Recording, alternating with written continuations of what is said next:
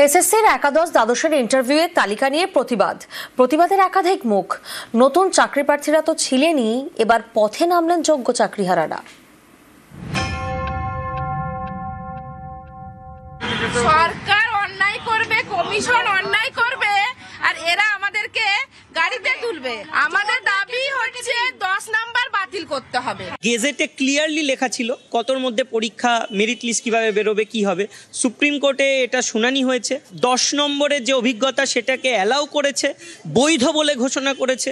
এরপরে এটা নিয়ে কোনো প্রশ্ন উঠতেই পারে না। আমরা চাইছি যাতে বেশিরভাগ জন বেশি ভ্যাকেন্সি বের করে যাতে সুযোগ দেওয়া যায়। সুপ্রিম কোর্টের নির্দেশে রাজ্যে এসএসসি শিক্ষক নিয়োগের প্রক্রিয়া চলছে।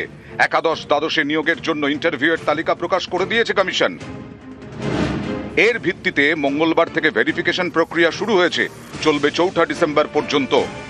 একদিকে তথ্য যাচাই, আরেকদিকে প্রতিবাদ। ইন্টারভিউয়ের তালিকা নিয়ে শুরু থেকেই বিতর্ক, প্রতিবাদ, বিক্ষোভ। নতুন চাকরি প্রার্থীদের প্রশ্ন, লিখিত পরীক্ষায় 60 পেয়েও কেন তাদের ইন্টারভিউয়ে ডাকা হবে না? কেন অভিজ্ঞতার জন্য বাড়তি 10 নম্বর দেওয়া হচ্ছে? এটা তো নতুনদের সঙ্গে বঞ্চনা। এ নিয়ে মঙ্গলবার করুণাময়ী থেকে বিকাশ ভবন পর্যন্ত তারা মিছিলের ডাক দেন। করুণাময়ী মেট্রোর সামনে আটকে দেয় পুলিশ, শুরু হয় ধরপাকড়। সরকার অন্যায় করবে, কমিশন অন্যায় করবে, আর এরা আমাদেরকে গাড়িতে তুলবে। আমাদের দাবি হচ্ছে 10 নাম্বার বাতিল করতে হবে। গেজেটে ক্লিয়ারলি লেখা ছিল কতর মধ্যে পরীক্ষা, মেরিট লিস্ট কিভাবে বেরোবে, কি হবে। সুপ্রিম কোর্টে এটা শুনানি হয়েছে।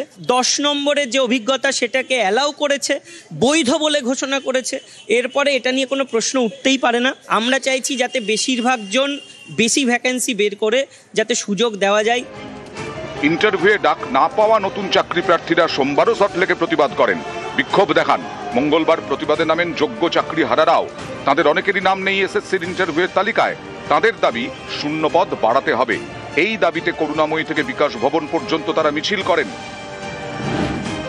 একাদশ দ্বাদশের শিক্ষকের জন্য শূন্য পদ 12,445।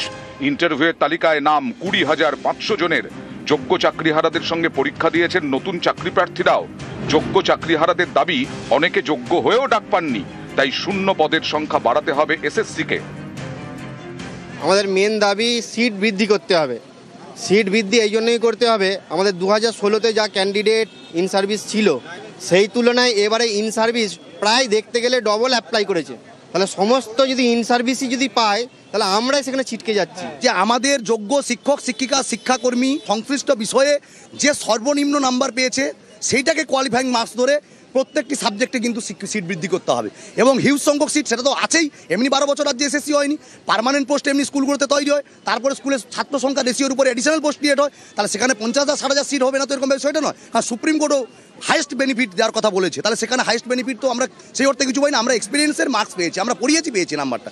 তো সেই জায়গায় দাঁড়িয়ে এখন হিউজ পরিমাণ ভ্যাকেন্সি বৃদ্ধি করে আমাদের 2016-কে অ্যাবজর্ব করতে হয়। যদি 2025-এর এই পরীক্ষাকে যদি টিকিয়ে রাখতে হয়, যদি নাল অ্যান্ড ভয়েড করতে না হয়, তাহলে এখানেও চাকরি দিতে হবে। এবং হিউজ সংখ্যক আমাদের ভাই বোনেরা যারা আমাদের ছাত্রছাত্রী তারাও বিদ্যালয়ের শিক্ষক শিক্ষিকা হিসেবে আমাদের কাছে আসুন।